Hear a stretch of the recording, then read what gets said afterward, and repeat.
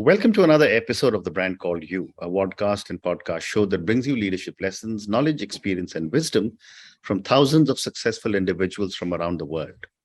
I am your host, Ashutosh Garg, and today I'm delighted to welcome a very senior finance valuation professional from Singapore, Mr. Alex Haigh.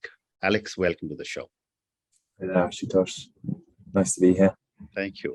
Alex is the Managing Director, Asia Pacific of Brand Finance PLC.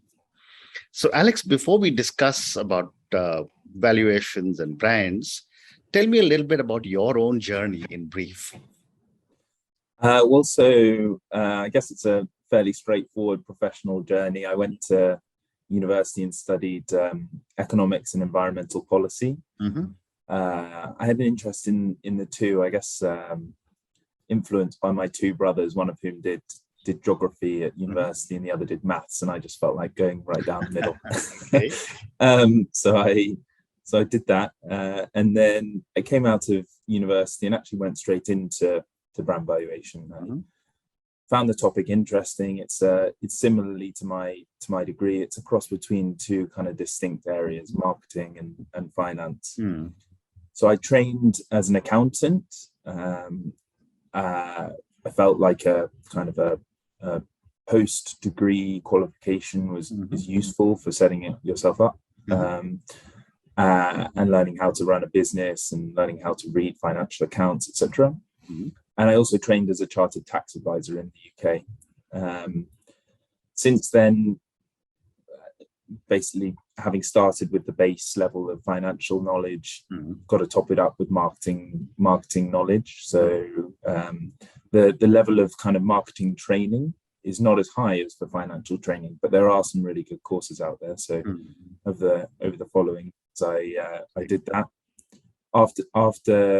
After kind of completing my training, I guess you would say, I went to Spain to help as the kind of technical guy, the technical support for our team there as we were just setting up. Mm-hmm. And my team, or rather my role, remained international. Mm-hmm. So I was helping on all of our companies across the world, but I had a kind of focus in Spain. And after having got that experience for about 3.5 years, I came here to take over the company. Fantastic. So let's move to brand finance now. Tell me what you do at this venture. So brand finance itself, like I say, is a cross between marketing and finance, I guess, or brand strategy and finance. So technically we're an accounting firm. I've already mentioned I'm an accountant. But we're, I guess, an accounting firm with a difference. But on the other side, we're a brand strategy firm with a difference. So we were set up in '96, so about 26 years ago, with the intent purpose of bridging the gap between marketing and finance teams. What we were seeing was that brand teams, marketing teams were struggling to explain the data points that they had on the health of their brand and the effectiveness of their marketing to the board, to the finance teams, etc., because they weren't representing figures in financial terms, and that meant that strategic decisions that should have been made were being left to rot, were just being left to the side, and also not enough money or too much money was being spent in certain types of marketing. Right. And so we were set up in order to kind of bridge that gap, basically.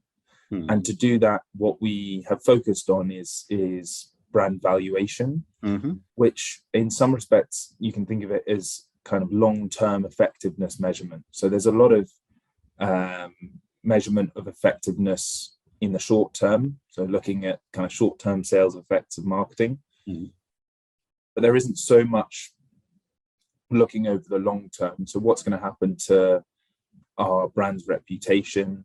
How is that going to decay over time? How much needs to be paid or spent to kind of top that up? And overall, what is that brand reputation going to have for the value of our business? And so that's what we've been doing. Basically. Fascinating. And when you are called in to say value a brand or to bridge the gap between marketing and finance, how do you define the brand that you are going to be valuing? So from an accounting point of view, or from a sort of legal point of view, it's the brand is defined as the trademark and its associated intellectual property. Correct. So the trademark might include the name, logo, specific lockups that are related to the brand. In some cases, it also incorporates domain names. It's sort of any of the marketing assets that you need to describe and indicate your name to potential customers or other stakeholders. But when you actually think about what it is that you're valuing, yes, technically you're valuing the rights to that trademark. Correct. But what you're really doing is valuing the effect of the reputation and renown that people have for that trademark. Correct.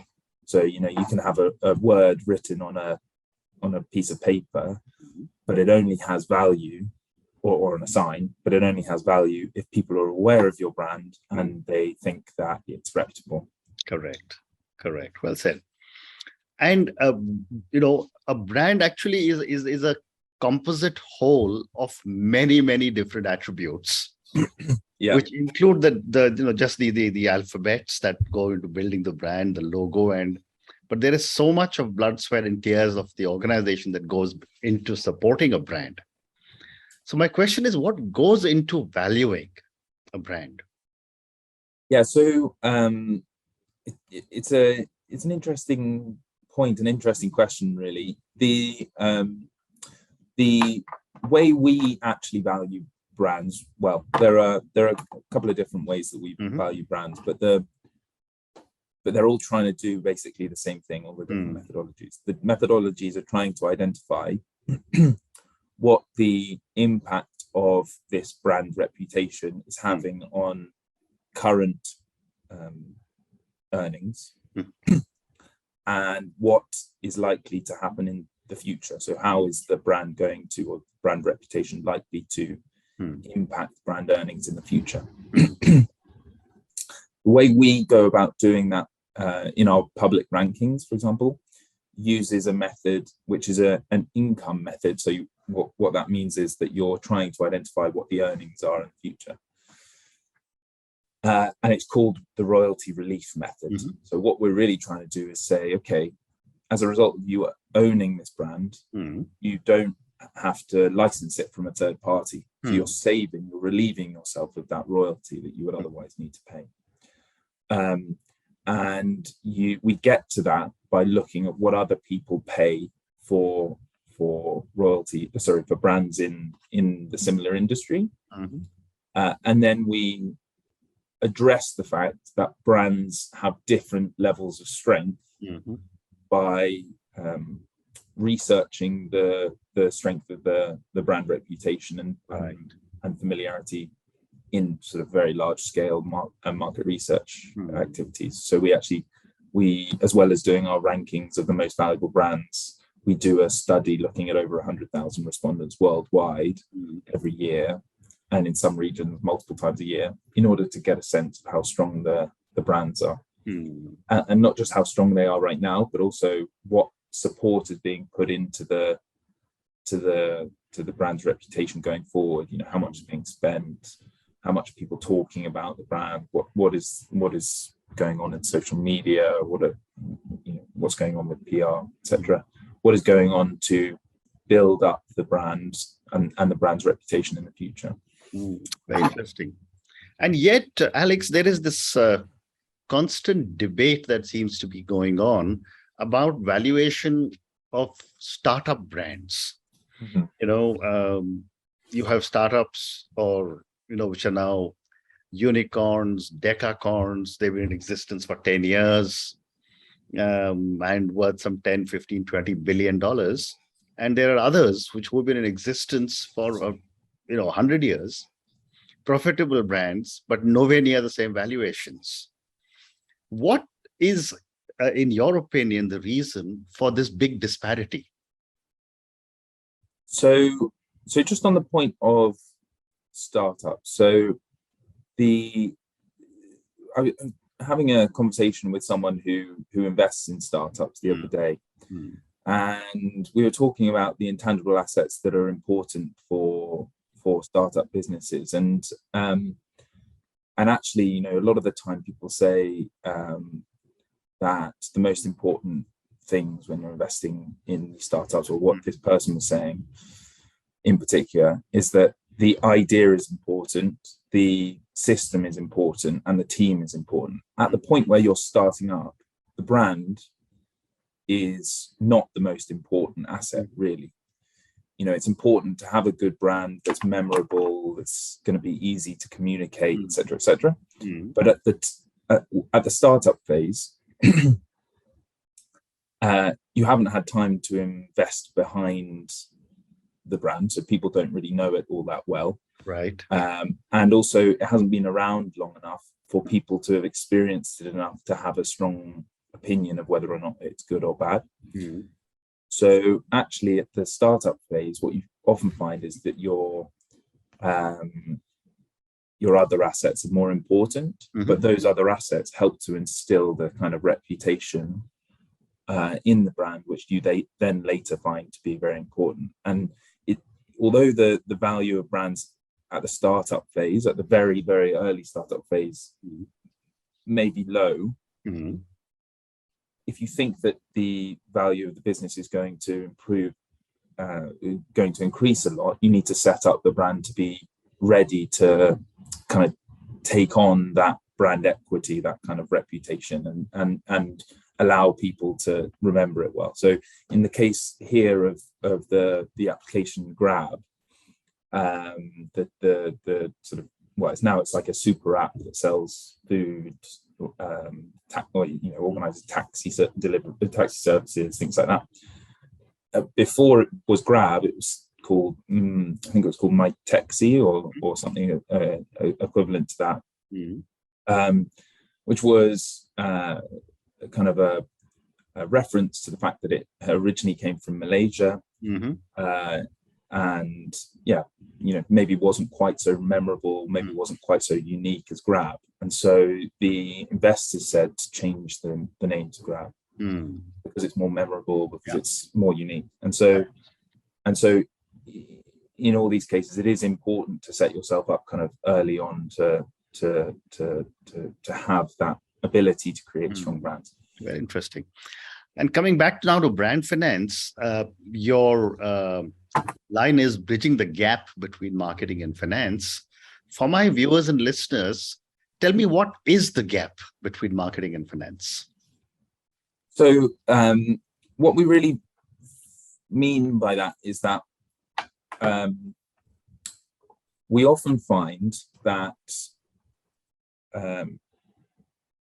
marketers will say, or will have certain metrics that they use to define their success or define their objectives, whereas finance teams will be using different metrics to define success or to analyze investment and to decide on investment. So brand and marketing teams might be looking at reach, might be looking at sort of frequency, might be looking at short-term ROI, although not so much, to be honest. They might be looking at brand familiarity, brand reputation. Those are all very important measures, but they're not financial. And so there is a gap between the measures that are being used in one department and the measures that are being used in another department. So what we try and do is to connect those measures so that the two teams can sort of communicate more or less with each other. And what that means is that, you know, if you can connect these measures that you're using in a brand department into financial terms,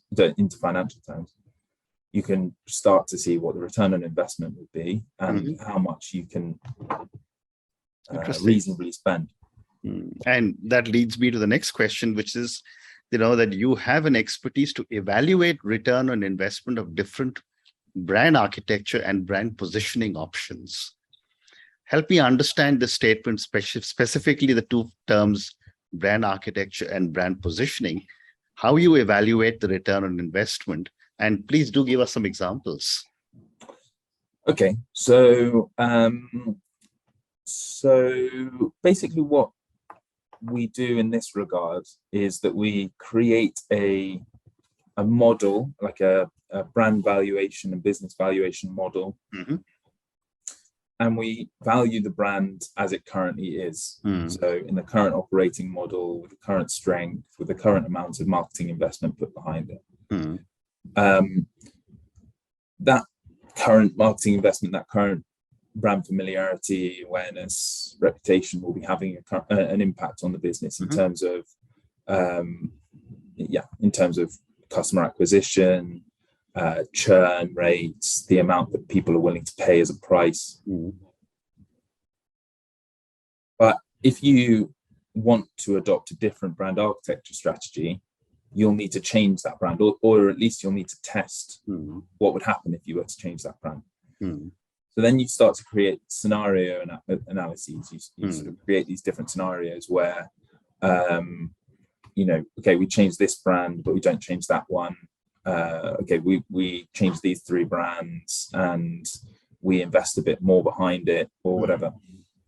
By doing that, you can, and by analyzing the relationships between brand awareness, brand reputation, and those financial measures like acquisition, churn, trial, you can start to build a valuation model which highlights what the uplift or reduction will be as a result of choosing these different brand architecture options. So that's in the case of brand architecture. In the case of brand positioning, you'll have different positioning concepts for what you'd like the brand to be seen as. And you first test, using concept research, the kind of the impact on different segments, different business segments, of the effectiveness and the likability of those different concepts. And then you connect the research results to those different financial measures and run it through a business valuation model to see the benefit. So for examples, I was working with a big gas and electric company in Europe about a couple of years ago, and what they were trying to do was decide on their brand architecture. So they had been taken over by another big energy company, and that big energy company wants to become a full European or cross-European, pan-European energy company. But this brand that we were looking at was a pretty strong brand in the market. I think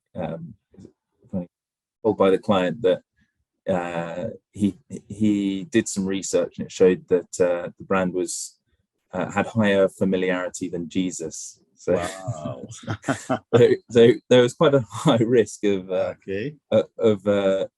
brand value being lost. But and so we had to identify, all right, so if we change this new brand, what would the brand familiarity be for this brand? So to start with, there was no brand familiarity, but then there are various different things that the brand could do to build up familiarity. So firstly, they had a mail out to their different their customers, which would, if done on a regular basis, would help to kind of build up familiarity with the new brand. They decided that they would be willing to do an endorsement strategy. So on the kind of on the uniforms that people wore, they started to put on the new brand. They also had a media budget that they were willing to put behind the kind of the build up in awareness and the transfer of brand equity across from this original brand to the parent brand. And we kind of identified what the gap was and how they needed to bridge that sort of, or catch up with that gap in order to make the switch to this new brand. And we also identified, obviously, because that will involve some cost, we also identified what the overall benefit would be to the business, to the group overall. You know, this company was looking to have a Europe-wide strategy, Europe-wide marketing strategy, make efficiencies in the form of regional sponsorships and marketing activities. And so the benefits of having a unified brand were quite strong. So on top of the kind of actions on how to translate the brand, we also identified the kind of uplift that would happen for the group overall as a result of making this change. Very interesting. And Alex, I have time for my one more question. So this is my last question. And this is for the many, many people who will listen to our conversation. What would you say are 3 lessons you would want our viewers and listeners to take away from your amazing journey so far and our conversation? So, well, this is a very well-trodden piece of advice, but one of the things that I found most fulfilling, I'm obviously sitting here in Singapore, and having spent 3 years before that in Spain, one of the most fulfilling things about my career has been working in different countries and regions. I think it's just a great way to understand, well, for me, different brands. You know, it's just different marketing activity, the way people build brands, the way people live, culture. So I find that very important. The second point is obviously kind of continual learning. Like I was saying, I've been doing accountancy, I've been doing exams the whole of my career. I don't know, I just seem to pick them up whenever I go somewhere new. Right now I'm doing a valuation course here in Singapore, which which is great, but you know, it's hard work, but it's worthwhile. And I guess finally, I think when I first started out, you know, you have a feeling that things need to be done a certain way. You know, you need to fit certain rules and you need to do things exactly how they're meant to be done, but actually a little bit of flexibility, which I think the pandemic has shown us is pretty reasonable. Flexibility in business approaches, in project approaches, in the way you deal with everything is important. So I think those 3 are my core things. Wonderful, wonderful. And on that note, and your 3 amazing lessons, that, you know, work in different locations, different countries, different people to understand cultures and brands better. Keep investing in yourself as you keep doing by learning and you know, doing newer and newer add-ons to your own knowledge. And third one, as I understand, is to pivot or be flexible in your approach to business and life. Thank you very much, Alex, for speaking to me. Thank you for talking to me about brand finance. I actually had no idea that there could be an organization that could bring so much scientific knowledge to valuation of brands, which you're obviously doing in brand finance. Thank you for speaking to me, and good luck to you. Thanks a lot. Thanks for having me. Thank you for listening to the Brand Called You videocast and podcast, a platform that brings you knowledge, experience, and wisdom of hundreds of successful individuals from around the world. Do visit our website www.tbcy.in to watch and listen to the stories of many more individuals. You can also follow us on YouTube, Facebook, Instagram, and Twitter. Just search for the Brand Called You.